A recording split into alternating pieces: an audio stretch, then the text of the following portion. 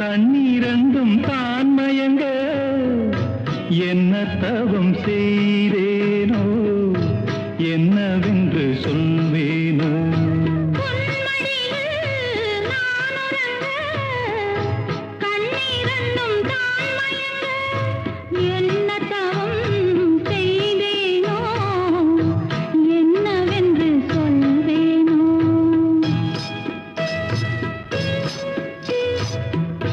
ஏழ் பிறப்பும் இணைந்திருக்கும்